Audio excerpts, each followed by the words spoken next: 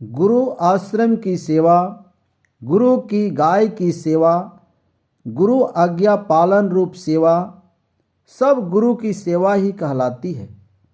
राजा सगर के वंशज और भगवान श्री राम के पूर्वज में एक प्रतापी राजा हुए।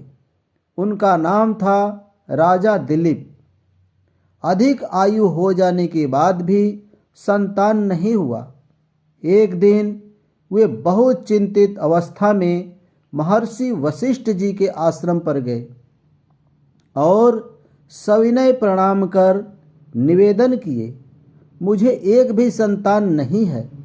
यह किस पाप का परिणाम है और इसका प्रायश्चित कैसे किया जाए? महर्षि वशिष्ठ ने कहा, एक बार आप देवासुर संग्राम से सकुशल लौट रहे थे। रास्ते में आपको सूरनंदिनी कामधेनु मिली। सामने होने पर भी आपने उन्हें नहीं देखा, इसलिए आपने उन्हें प्रणाम नहीं किया।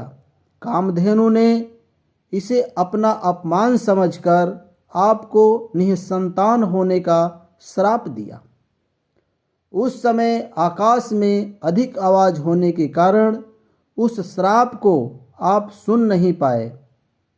अब इसका एक ही उपाय है कि उस गाय को प्रसन्न करने के लिए उसकी सेवा की जाए, लेकिन अभी तो वह गाय नहीं है।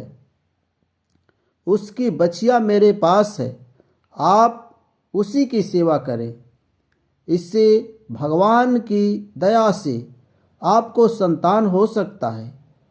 महर्षि वशिष्ठ की आज्ञा से राजा दिलीप अपनी धर्मपत्नी के साथ उस गाय की हर प्रकार की सेवा करने के लिए उस गाय के चलने से उसके पीछे पीछे चलते, बैठने पर ये बैठकर उसको अपना हाथों से सहलाते, हरी हरी दूब लाकर खिलाते, समय पर पानी पिलाते इत्यादि करते।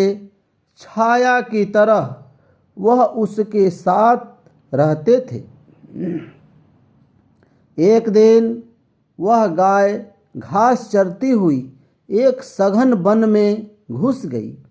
राजा दिलीप भी वृक्ष की लताओं को हटाते हुए किसी तरह उस गाय के पीछे पीछे जा रहे थे।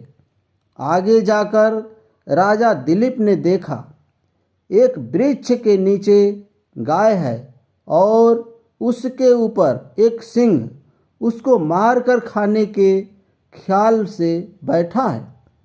राजा दिलीप ने यह दृश्य देख अपने तरकस से बाण निकाला और सिंह को मारना चाहा, लेकिन हाथ बिल्कुल जकड़वत हो गया। राजा दिलीप ने विनती स्वर से कहा, आप कोई साधारण सिंह नहीं है, आप कोई देवता हैं। आप इस गाय को छोड़ दे, इसके बदले में आप जो आज्ञा करें उसे मैं करने के लिए तैयार हूँ। सिंह ने कहा, ये वृक्ष माँ पार्वती जी के अत्यंत प्रिय है। मुझे भगवान शिव ने अपनी आज्ञा से उत्पन्न कर इसकी रक्षा में नियुक्त किया है। यहाँ जो प्राणी आता है वह मेरा आहार बन जाता है। यह गाय यहाँ आई है, इसे मैं खाऊंगा। इस विषय में आप कुछ नहीं कहें। राजा दिलीप ने कहा, हे सिंहराज, यह गाय मेरे गुरुदेव महर्षि वशिष्ठ जी की है। इस गाय के बदले मैं आपको सब कुछ देने के लिए तैयार हूँ। आप इस गाय को छोड़ दें और इसके बदले मुझे ही खा लें। सिंह ने कहा, आप प्रजा के प्राण हैं, आप धार्मिक राजा हैं, आपके पास बहुत सी अच्छी अच्छी गाय हैं। आप किसी भी गाय को देकर अपने गुरुदेव को संतुष्ट कर सकते हैं।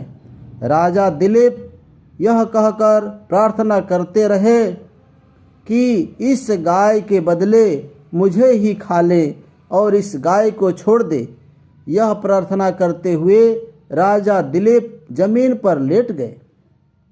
थोड़े देर बाद जब राजा दिलीप ने आंखें खोली तो देखा गाय के अलावे वहाँ कुछ भी नहीं था। गाय बोली, राजन, मैं आप पर बहुत प्रसन्न हूँ।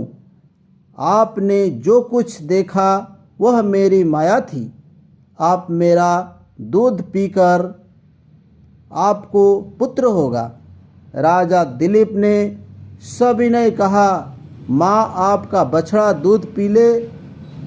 गुरु दूध के यज्ञ में जाए और गुरु की आज्ञा हो तो तब मैं दूध पीऊँगा। इस पर वह गाय बहुत प्रसन्न हो गई। संध्या काल में गाय आश्रम गई। राजा दिलीप ने सभी बातें महर्षि वशिष्ठ जी को सुनाई। वशिष्ठ जी बोले, राजन, आपका मनोरथ पूर्ण हुआ। इस गाय की कृपा से आपको पराक्रमी पुत्र होगा और उसी के नाम पर आपका वंश भी चलेगा। नियत समय पर महर्षि वशिष्ठ ने उस गाय का दूध राजा रानी को दिए। दोनों दूध पीकर अपनी राजधानी आए। रानी गर्भवती हुई और यथा समय रानी के गर्भ से एक तेजस्वी बालक का जन्म हुआ। उसी का नाम रघु रखा गया। उसी रघुवंश में भगवान श्री राम का अवतार हुआ, इसलिए भगवान श्री राम को रघुवंशी कहा गया है।